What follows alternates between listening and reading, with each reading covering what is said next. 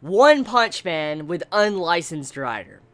Gundam in that beautifully executed episode of character development. And now, a confirmation of GINYU. Oh shit, man! Oh shit! My inner child, or my inner kid just came out when I saw the title of next week's episode. I was like, yo!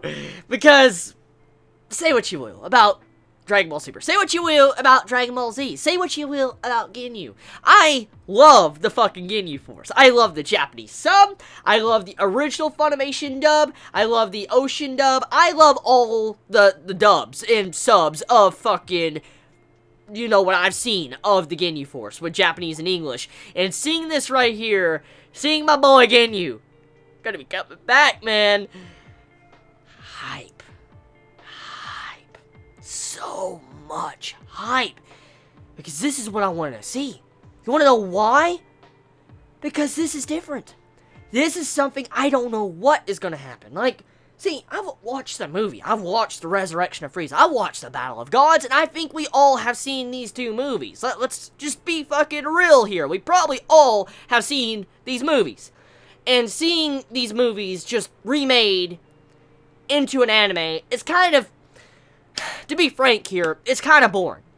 Just to be straight up frank with you. Now, seeing how Battle of Gods changed some things, which was really cool, and I love that. And now seeing where the Resurrection of Frieza arc is taking a new turn with Captain GINYU returning, and then Togama, oh my god, don't even get me started on Togama in that development.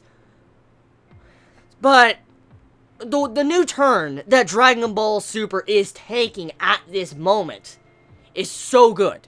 So fucking good. In Toei Animation, they've actually been pretty damn consistent with the animation, actually, in this arc. Now, I know there is some derps. I've seen some derps here and there throughout the episodes. I will not deny that. I'm not blind. I have seen some derps. But in terms of how it was at the start, compared to how it is in this, when it matters most, the animation does look pretty damn good. So I'm not going to really complain for that part at this moment.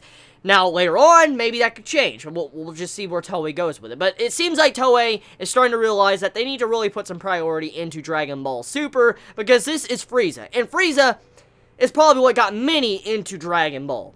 Probably one of the main reasons why so many fans jumped on board, probably, in America when they first heard about Dragon Ball Z. They probably heard about the Frieza arc, or maybe Cell. And like, holy shit, Frieza's pretty cool. And then they probably started from there. Frieza's a very iconic character. Especially in, like, anime-verse. Like, in anime in general, Frieza's a very iconic character. And when you think of Frieza, you expect some good things from him. Like, you expect that Toei would kind of show priority towards this type of character. And then to see how Frieza actually is getting that animation, like, every freaking scene with Frieza looks brilliant. Like, I swear, Toei Animation is a Frieza lover. Like, they really love Frieza, because every scene with Frieza looks fucking amazing. And then you see, like, Piccolo on the side, and he's like a fucking dirt sometimes. I'm like, what? So, it seems like Toei really wants to key in and focus on Frieza. They're passionate. They're passionate about Frieza. So that's a good thing. They can continue that passion for the fight with Goku in Frieza. Fuck yeah. So, let's talk about Togama. Togama, the development he got in this episode. Whoa! Left fucking field. Like, well, I guess that's right field, because, well, it's left to you on the video, but, yeah. Anyways, left field. Togama's development. My god. Like, okay, as I've already said, Togama, he was killed. He was killed at the early stages of the movie. He was done. He just was gone. And seeing him alive, it left open some possibility for him to be very important in this arc, which now we are seeing. For one, we now find out a little bit more about Frieza's training. There's hints at Frieza's training. We don't know the entirety of it, but there is some form of hints at Frieza's training. And the training that Frieza did focused around Togama. Togama, as we know, is probably tortured or messed with for like months, like 4 months or so. And if so, that must be hell. I mean, imagine getting tortured by Frieza for 4 fucking months. Oh my god, dude. That sounds like a living hell. And Togama, he's been under a lot of shit, and seeing how this was done, and how he was tired of this, and he learned to grow cold and freeze his heart, it shows you what type of person he's become. And also, he's starting to become more like a real serious threat to our characters. And seeing what he did to Gohan was straight up savage as fuck, dude. Like, you have it to where Toguma's friend, well, I guess frenemy, he goes in to fight, and as he grabs Gohan, about to, like, break his back, Toguma just shoots through his friend and shoots for Gohan. Oh my god, that is savage, dude. Just straight up kills his guy just to kill Gohan. You just see a hole in Gohan's chest. I'm like, damn! I mean, that's completely different to what Frieza did to him. You remember what Frieza did in the movie? Frieza jumped up and just fucking punched Gohan. Gohan's heart stopped and he just dropped dead.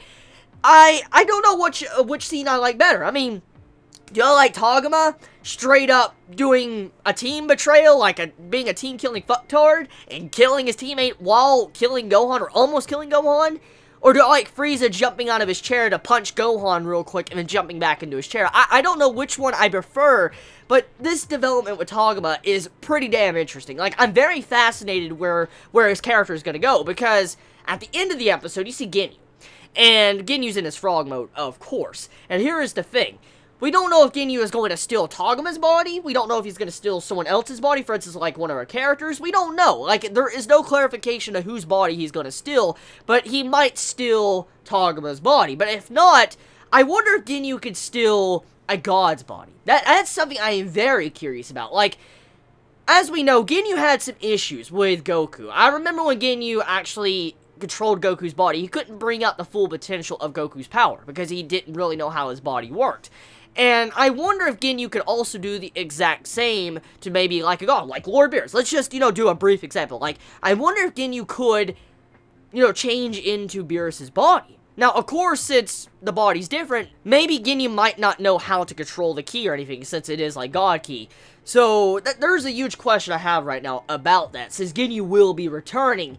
And I wonder what Frieza's reaction to that is going to be as well, because that's going to be great to see Frieza just say, like, GINYU, you're still alive, I thought you died in a hole somewhere. Just like, if Frieza, oh my god, just like, it's going to be so good. I'm so excited. I'm so excited right now. I think this is probably the most excited I've been for Dragon Ball Super since episode 1. Like, I really believe that, because GINYU is one thing, but also seeing these changes with Toguma, and then how Frieza just did these burns at Krillin, like, oh, kill that little bald one. I'm like, oh, yeah, Frieza just straight up went after Krillin. In this entire episode, he wanted Krillin dead. Like, he straight up wanted Krillin just to kill over. And I couldn't help but laugh. Like, Frieza was just burning Krillin back and forth throughout this entire episode. Like, oh, no matter how many times you revive, I'll just kill you again and again. Pretty fucked up.